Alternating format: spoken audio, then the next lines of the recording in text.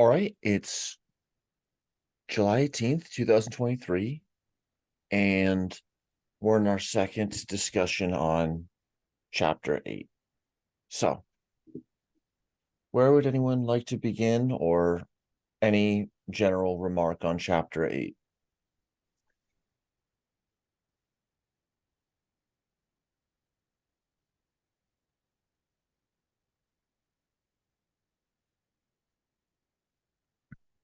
Well, I can say something. I added a couple of questions into the list at the very end on box 8.1, but we can go through some other stuff first, if you want. Sounds good. Um,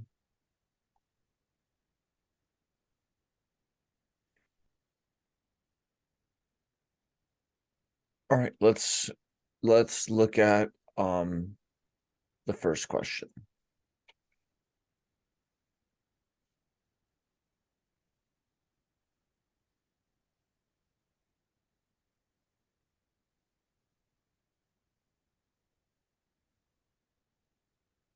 Yeah, perhaps if I put some background in of my understanding.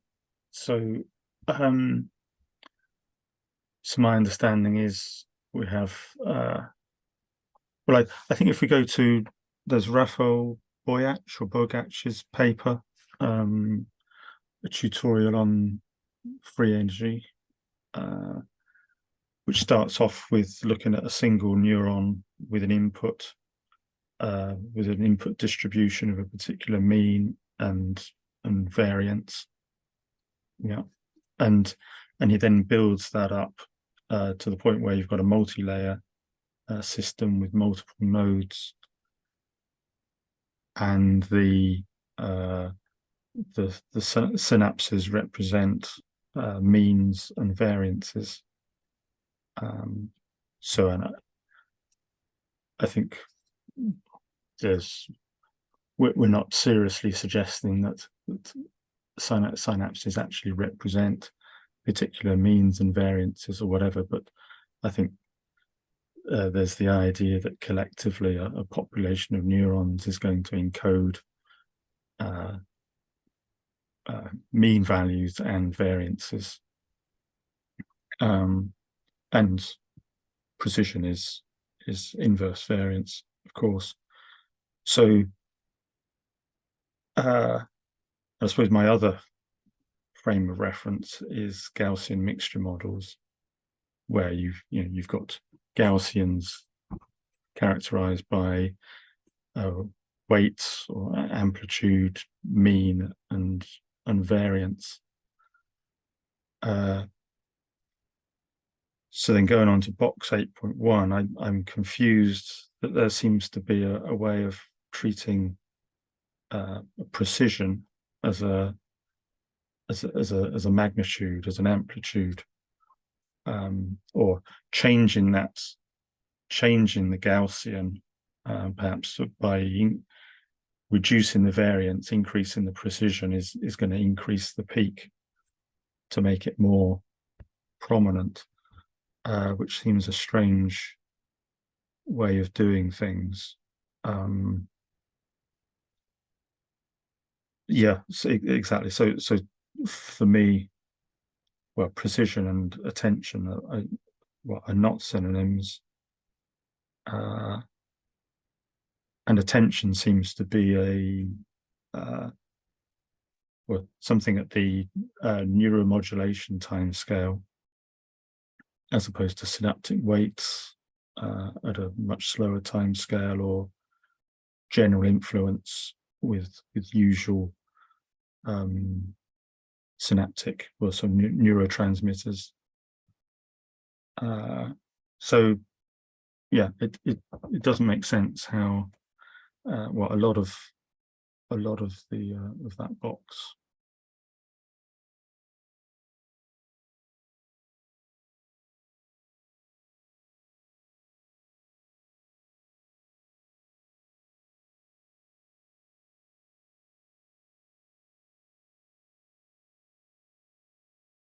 You're on mute, Daniel. Yeah, Ollie or anyone, do you want to give it that? Or okay.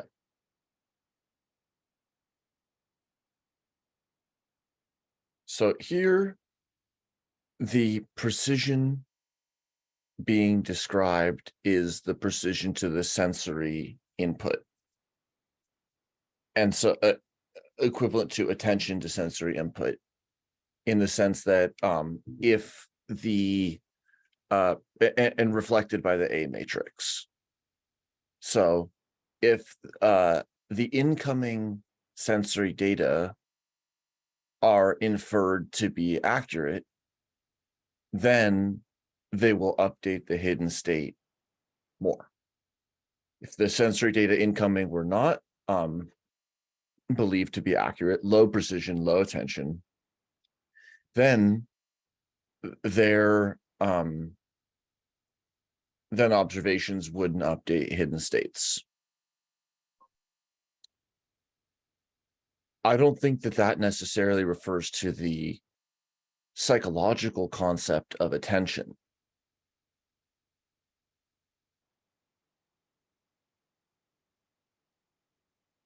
But is your question about? Well, in terms of significance, you could have something that was more important or more worthy of attention at a particular time, even though it had less, a belief was held with less precision.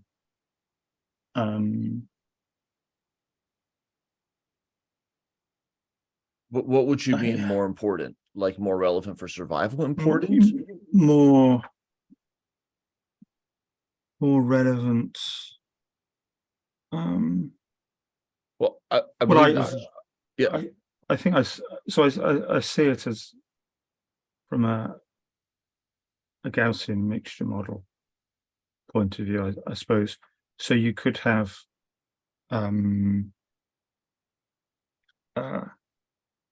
well, let's take. I think I put in the question sort of if you have two Gaussians, let's say you've got a single sense input of measuring the wavelength of light, and you're presented with apples and pears, and so pears cover a fairly narrow green spread of the green, so you've got a very sharp a low variance distribution there, and your apples spread right across red to green. But your input, your environment might actually have a lot more apples than pears. So even if you're if you sense something that was within the pears area of the spectrum, it still might be more likely that you had an apple there. That's exactly the prior.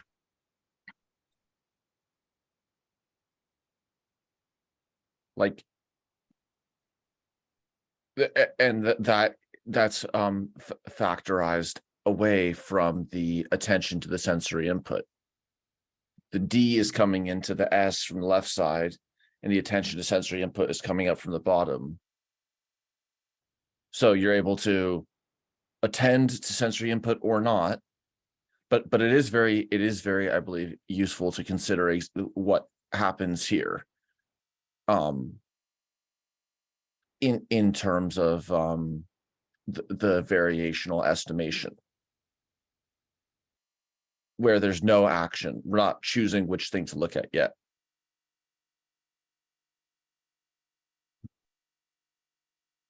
But still in this mapping, the fruit identification region of the brain, the rate code would represent the posterior on apple to pear, 0 if it's an apple, 1 if it's a pear. and then the variance would represent the precision on the sensory input mapping to it, such that a high precision belief, which is to say low precision on sensory input, would have high inertia as a belief. I think that's accurate. I think part of the issue is that precision can be on any variable. Like uncertainty could be on any variable. So it has to be clarified precision on what. And this is on precision on sensory input. And I think a question that Sanjeev answered in perhaps the most recent meeting, attention weighting rescales the attention to different variables is what dictates the influence that they have on the overall free energy gradient descent. If you have two variables and they both are equally attended to, then the free energy is a 50-50 compromise, such that there's going to be a flat manifold where one of them is getting better by 1 point and one's getting worse by 1 point. Whereas if you're attending to one of them 10 times more than the other, so it's 10 times more precision on that belief, then each increment of free energy minimization, you'd be willing to accept 10 decrements on the other one. Yeah. So the attention blends the role of each parameter being optimized on the overall scalar gradient descent.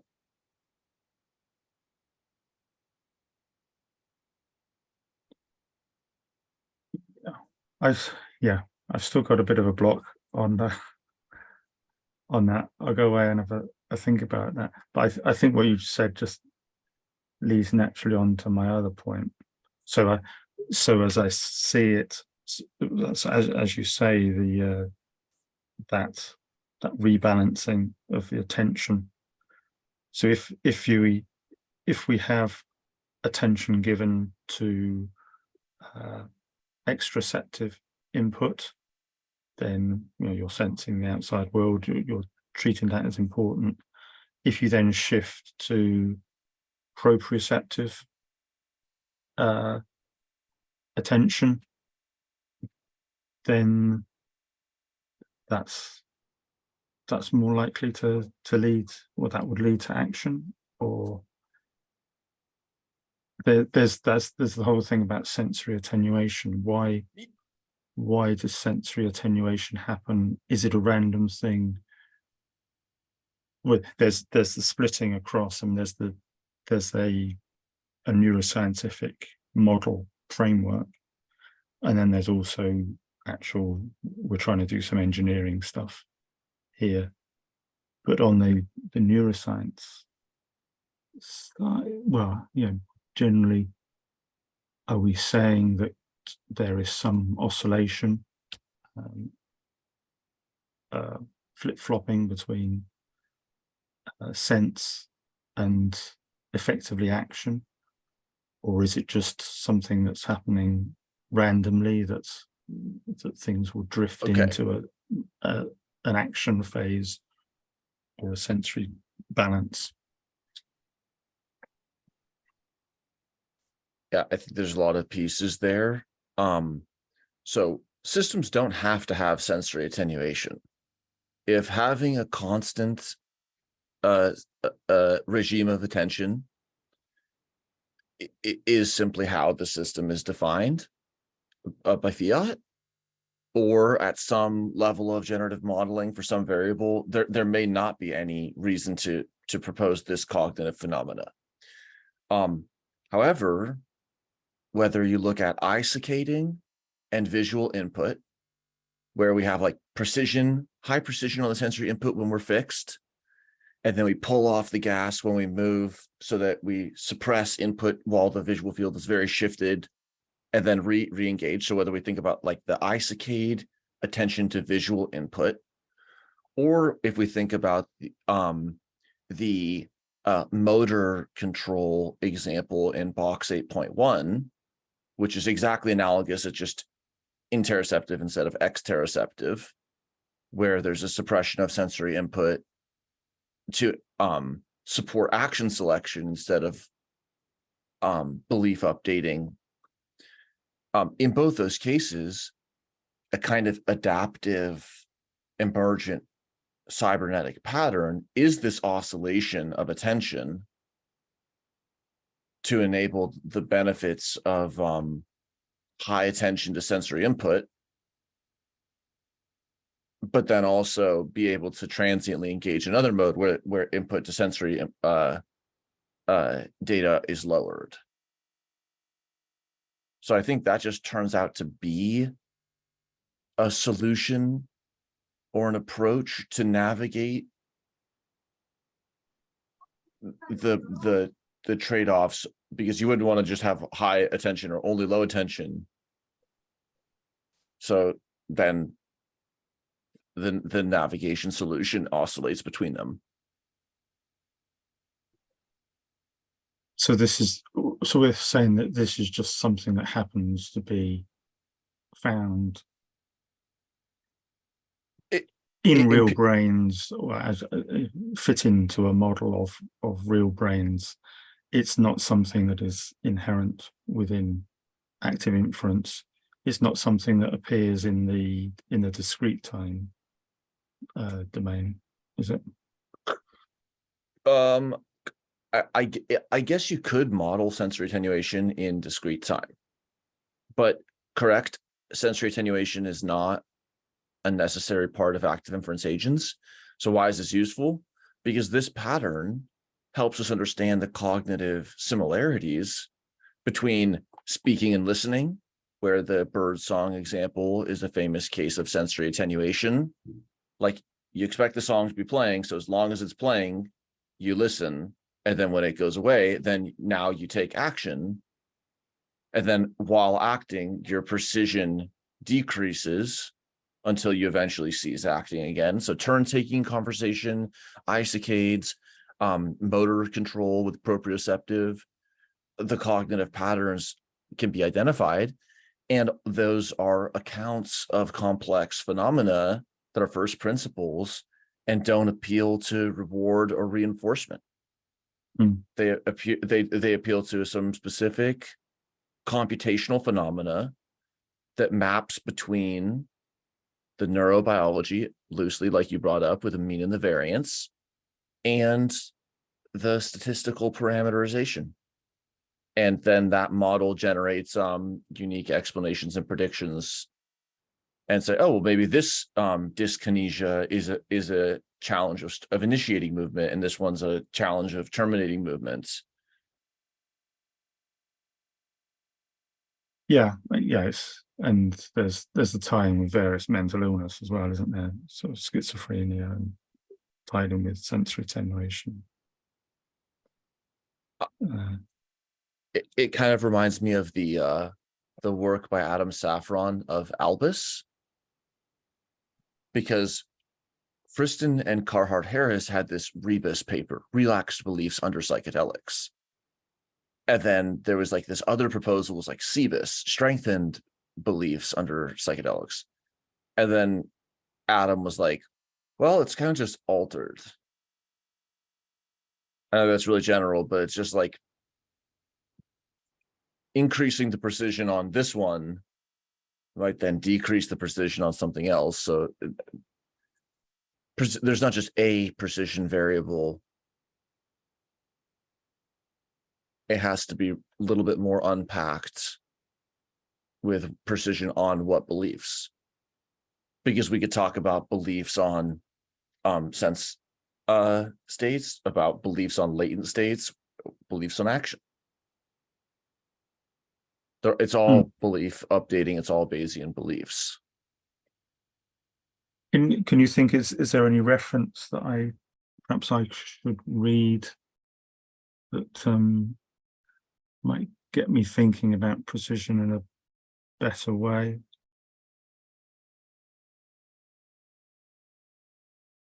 maybe the bird song, Friston and Frith bird song Hmm. example. I And also think, maybe with Sanjeev, we can ask and see, his simulations seem very amenable to it. yeah, I think possibly because I've got it fixed in my mind, the idea of synapses encoding variance. Whereas, as you say, variance is there's variance much more broadly. What in the concept of making inferences, posteriors.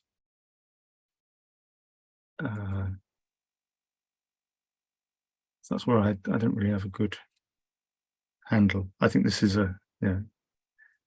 there's a barrier. I have a barrier. So how do I get through the barrier? Yeah, that's kind of a hard but good topic. And it just reminds me of the end of 7.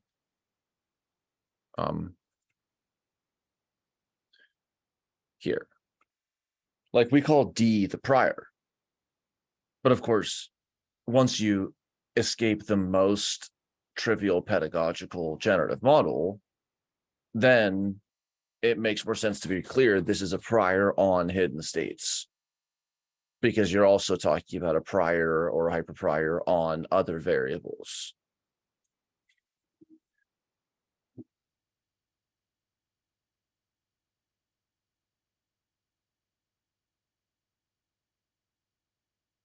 And also that was like kind of the motivation for the generalized notation, so that we could, which was originally called generalized subscript notation, because we wanted to be able to talk about like a preference on preference, or a policy on preference, or a prior on preference. Because when you're in the nested models, you have to clarify which term you're talking about. Hmm.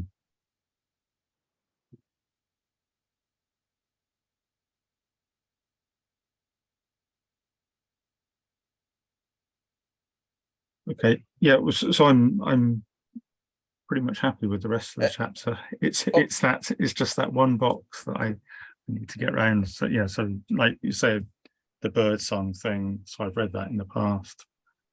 That makes sense, but it's this ambiguity I have around the word precision, and how it, well, that one phrase of precision and attention being synonyms. It's that I've got the block on, really. Let me try one more angle on this. So we're sitting up and sitting down example from the sensory attenuation. So let's just say that our proprioceptors give us like 90% confident information when we're in that state, but when we're moving, it gives us 50-50. So it's totally ambiguous, but then it's 90-10 once we're in the seated or the standing state. So we have a true hidden state, which is our actual posture. And then let's just say that we're getting seated input because we're seated, but because of a cognitive decision, now we prefer standing input. Now, if the pragmatic value were scaled super high, then you would take the policy to stand up, because the pragmatic value would just overwhelm everything else. However, if the pragmatic value is not scaled super high, then there's a little bit of like a frustration, because it's your preferred state, but not so preferred that it's overwhelming the belief updating to be anchored closer to the sitting down. So you have kind of these two peaks. You could be drawing from this peak of observations sitting down, or you could be drawing from the other peak. And then even if the other peak is slightly higher, the optimization still holds to the left side. and then like by increasing the variance, reduce your precision, then in that ambiguity of the sensory input, then the preferred state, then you can select action to stand up, and kind of, it's like temporarily flattening the landscape so that you can make a move without needing to want it more. Yeah, I think something you said at the beginning that was very significant. I think because I'm thinking when we're talking about precision, it's precision of beliefs of sensory input, whereas there's also precision on in states and between priors and new input. It's that balance.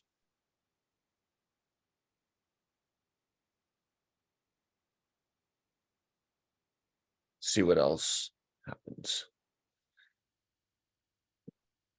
Okay, Locke Volterra. Thomas Pard explains some of this, like the historiosity of this. Locke Volterra was used to describe structured sequential activities in the continuous time setting.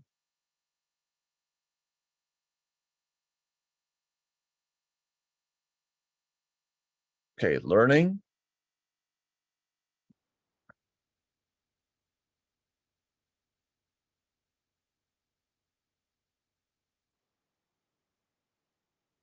A functional S that plays the role of a free energy.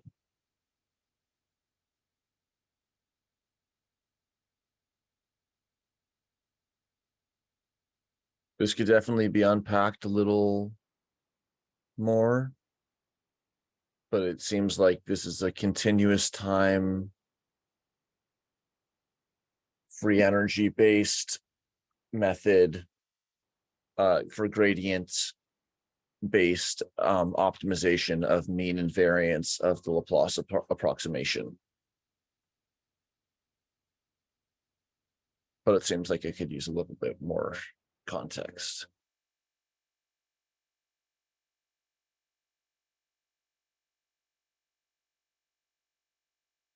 Am I right in thinking so if we visualize a normal distribution and we're saying we increase the precision, we can think of that as the change of shape of the distribution, so that the peak goes up. So it is that's the right way of thinking about it. We're changing the shape of the normal distribution. So hence increasing the precision, so reducing the variance is the same thing as increasing the peak at the mean value, which is the mode as well. Yeah. Yes, it sharpens it when it's more attended to, and this is sort of like the two faces of the KL divergence is mean seeking versus mode seeking, and attention modulation influences which one of those it goes to, as well as where that optimization starts in the landscape. Because if it's too attentive to get out of a local optima, then it becomes functionally mode seeking. Because whichever mode it gets to, it'll just think, okay, I'm doing as well as I can. Because also Laplace doesn't, the Gaussian has support everywhere, but a Laplace is a downward facing parabola, so it doesn't have infinite support.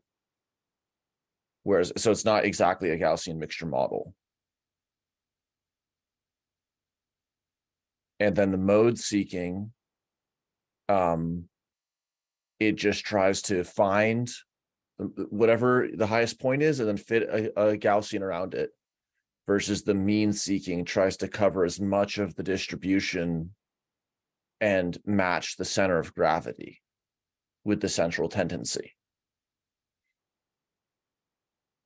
So in the case of the sitting up and standing, like you're usually wanting to be pretty precise about your body's position.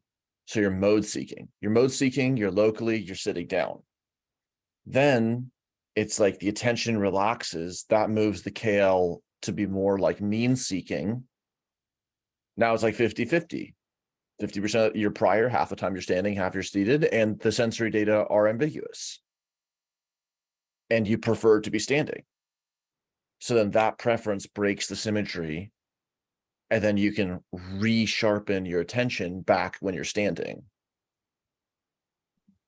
So then the KL can have kind of this like end-to-end reduction of divergence. And the only knob that you had to change was the attention. Now, how to adaptively tune attention, that's a question. But that's why it's interesting convergent evolution that we see the same like cyclic attention strategy in the saccade and in the standing example. So we see that as a repeated heuristic.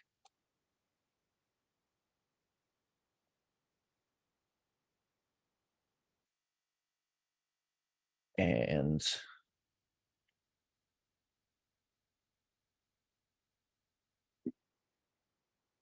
POMDP Chapter 7 has largely superseded the use of generalized lockable Volterra and active inference.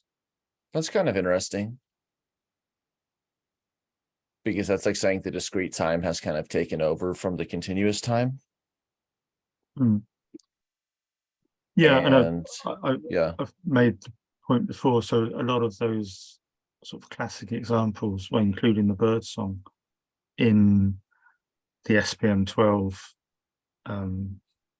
is based on the SPM ADM, so active dynamic expectation maximization model. So that's all within the continuous, well, this continuous time frame concept, as opposed to POMDP. So it's like that's it has been superseded, because all of the so much of the conversation now is about POMDP. Yeah, eventually we'll have every model annotated in the literature so we can look at like the trends and the which ones were used. But suffice to say, lockable Volterra, I don't see this coming up recently. And continuous times are definitely not as frequent as POMDPs. I mean, PIMDP only describes continuous time. And it's just so much closer to the setting of discrete time, explicit planning, counterfactuals, reinforcement learning, reward. Like the discrete time formalism is a lot closer to it. Okay. Yeah, I suppose it's more useful for sort of high level sort of cognitive functioning, as opposed to basic movement in an environment. But that's kind of the cool like Internet of Things question. Like, what if you could have a wing, or like a water, something, and then all that it was really like endowed with was heuristics around attention modulation. Maybe that only takes like 2 lines or something. And then like with this heuristic around attention, then it can do like in a continuous time sensory capacity. Whereas you could train a POMDP and do all these big like matrix calculations. I mean, that's sort of the question. Mm. Where do these different models have different computational advantages or explainability advantages?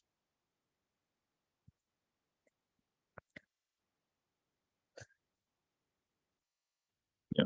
Okay. Yeah, thanks. Yeah. Oh yeah. These are great questions. Also, the recent model stream 9. I'm just reloading it with Aswin Paul. Here it is. He presents computational. The only other time we've seen computational complexity estimates was with branching time active inference. I thought this was super fascinating. So here's so classical ActInf, SI, sophisticated inference, time step a 30 horizon or 2 horizon, DP, dynamic programming. AIF 1 is just single time step ActInf. So 30 time step sophistication, 10 to the 68 complexity, cognitive complexity. And just like how I just found it really interesting how the sophisticated inference blow up is so high.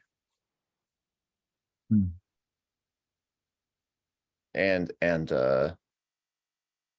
he's using dynamic programming based methods to learn smooth priors on preference. So I think there's a lot of different little motifs that might have very effective performance in a certain setting. Like in the setting of a camera that moves, eye saccading and blinking might converge to being an adaptive strategy.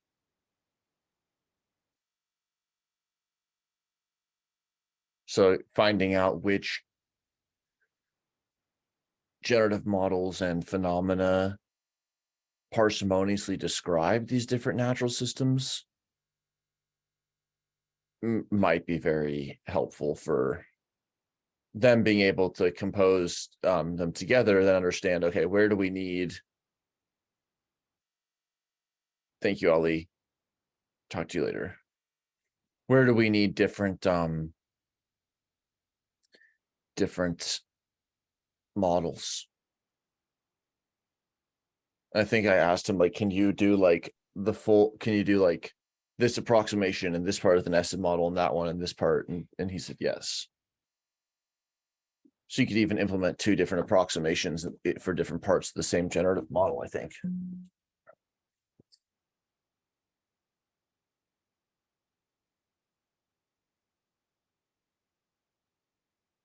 Okay, then generalized synchrony. Okay, here's where the bird song comes back into play.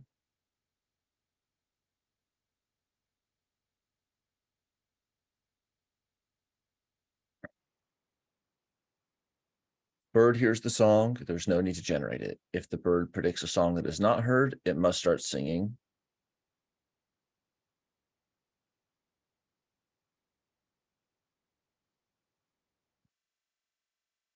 Learning here, it's described more in the paper. I assume that it is learning according to this box.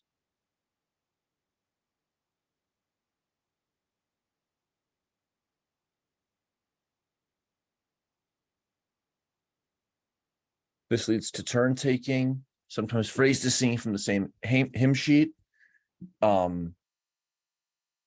Yes, it is, and therefore it's not really like a model of improvisational communication or necessarily even communication as information transmission. They're literally just, it's like there's something that has to be carried, and it just like one of them carries it until the other one picks up. So it's like, it's a very basal aspect of communication because the model is really just trying to describe turn taking. Acting to generate birdsong requires a reduction in the precision of predictions about the consequences of action. I'm not sure why that is. Why couldn't you take action and also increase your precision about the consequences of your actions? That'd kind of be like action. I mean, might even be connected to something like OCD, where action that action that when you take it blurs your precision is kind of like self-terminated, because eventually you'll just wobble out of that behavioral attractor. Whereas if there's a behavior that is increasing your precision, so you're tending more and more to the sensory outcomes that action is seeking, then I feel like that action becomes like tighter and tighter, like an attractor. But something like I mean, even though a lot of times different neuropathologies and stuff come up, I think the reality is a lot of these are really sophisticated, multi-level cognitive phenomena, and so it's just kind of pointing in that direction, but it's not really, it's not the same thing.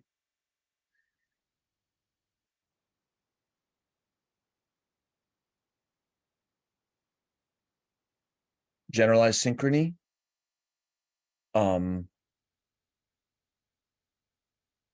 Again, sing from the same hymn sheet. They have learned to share the same narrative. I think if you consider the song to be a narrative, and also open question is like, how much is it is already like baked in and then it's being fine-tuned, versus it's not like they're starting with two different singing concepts and then actually learning the whole thing, but just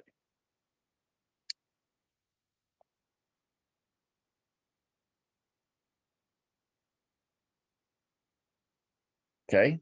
Then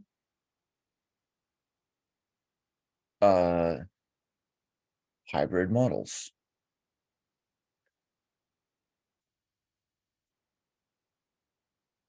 Single models that contain both continuous and discrete variables.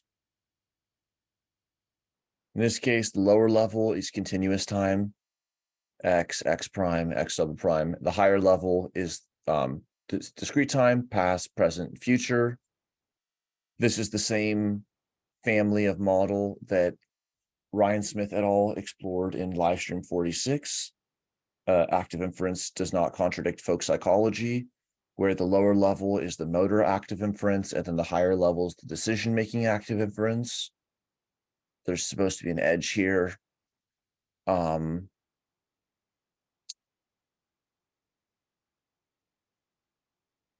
Message passing procedures exist for graphs that have discrete and continuous time. So they were kind of brought up separately just because of pedagogy, but ultimately it seems like there's no issue with mixing.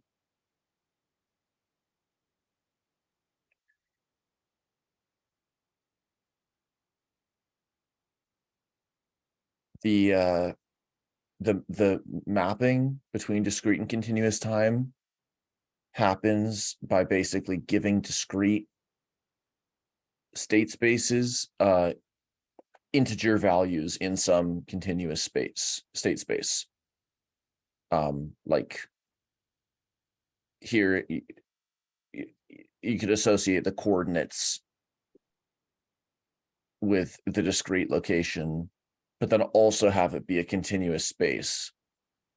So then you, I guess, can have the discrete time model and the continuous model in the same state space, being like kind of described in one from the discrete side as 0, 1, and then in the continuous one from continuous space from 0 to 1.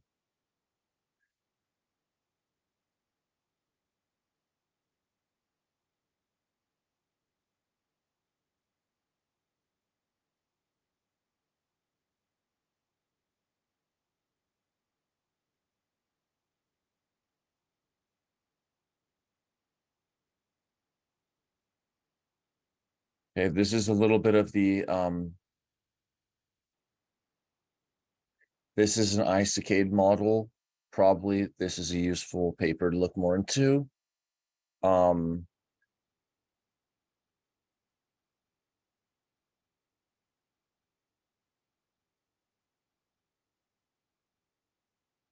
16 neural populations, 4 locations and 4 time steps.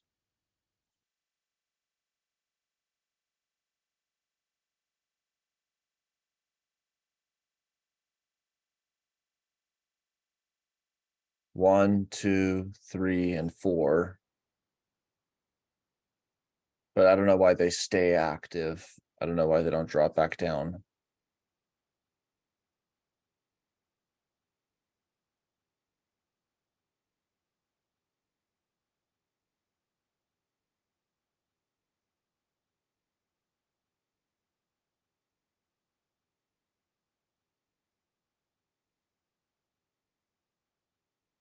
Well, and here's what's happening. This is the person is being told to look at the cross. Then a dot is being shown at the top of the screen. There's some 200 millisecond delay that represents like visual processing. Then they accelerate. Here's their point of maximum speed. They accelerate and then decelerate and fixate on the cue where the cue was.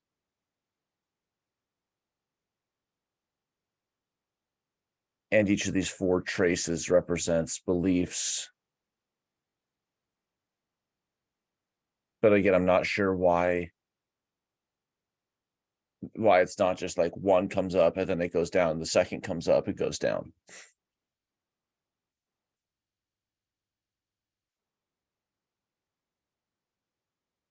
Okay, mixture models, Gaussian mixture models, like you brought up earlier.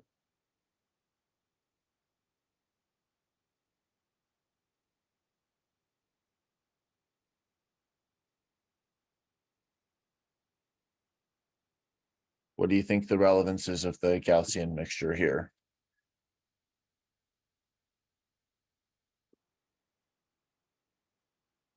Neil.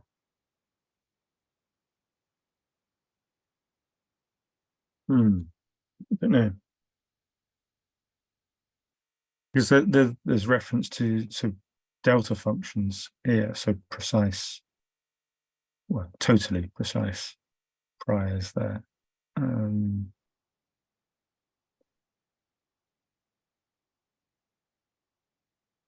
So I'm not sure where the Gaussian comes in, other than that bottom equation, the normal distribution.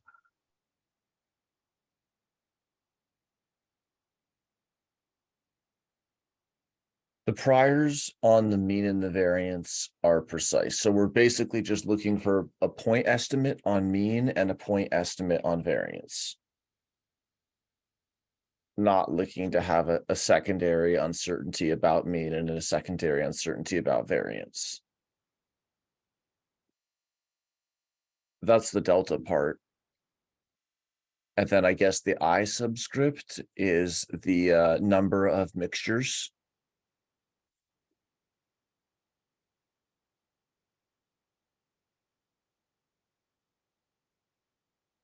And maybe different observations are being allocated or learnt to the different mixtures categories.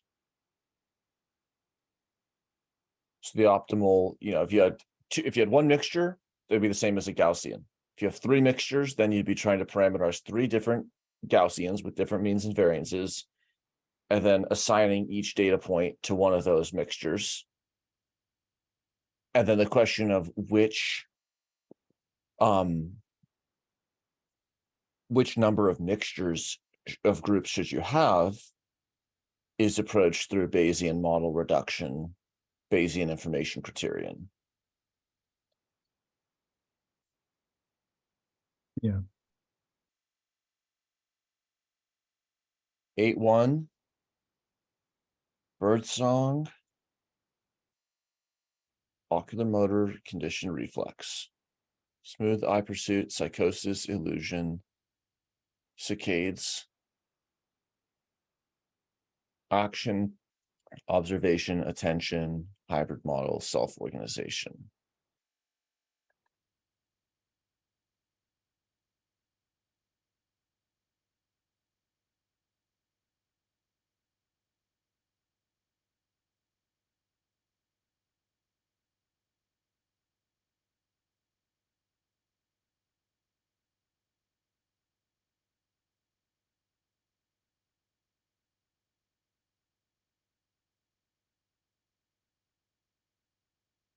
Yeah, interesting and kind of very sparse and brief chapter. I feel like it is very short and just barely touches on a few pieces. But I guess provides information where there's other continuous time models.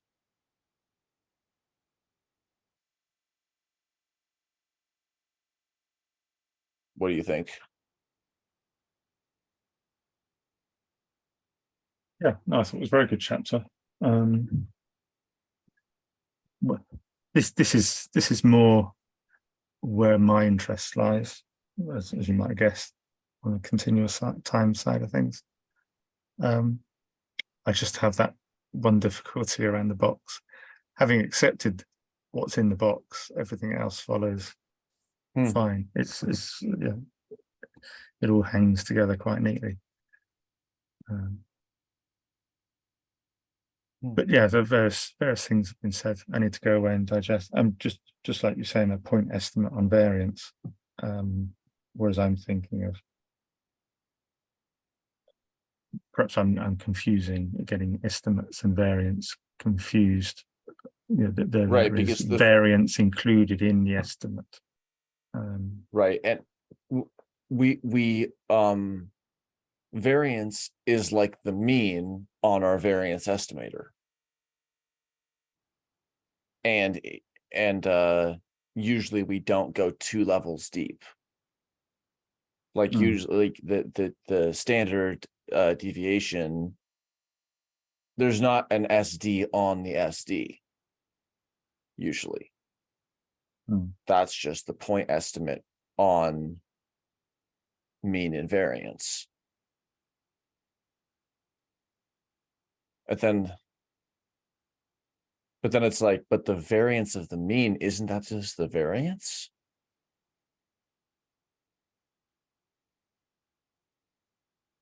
How is the variance different than the precision on the mean? Yeah, that's I mean, let's think about it. The class, you know, the people are 10 feet tall plus or minus 5.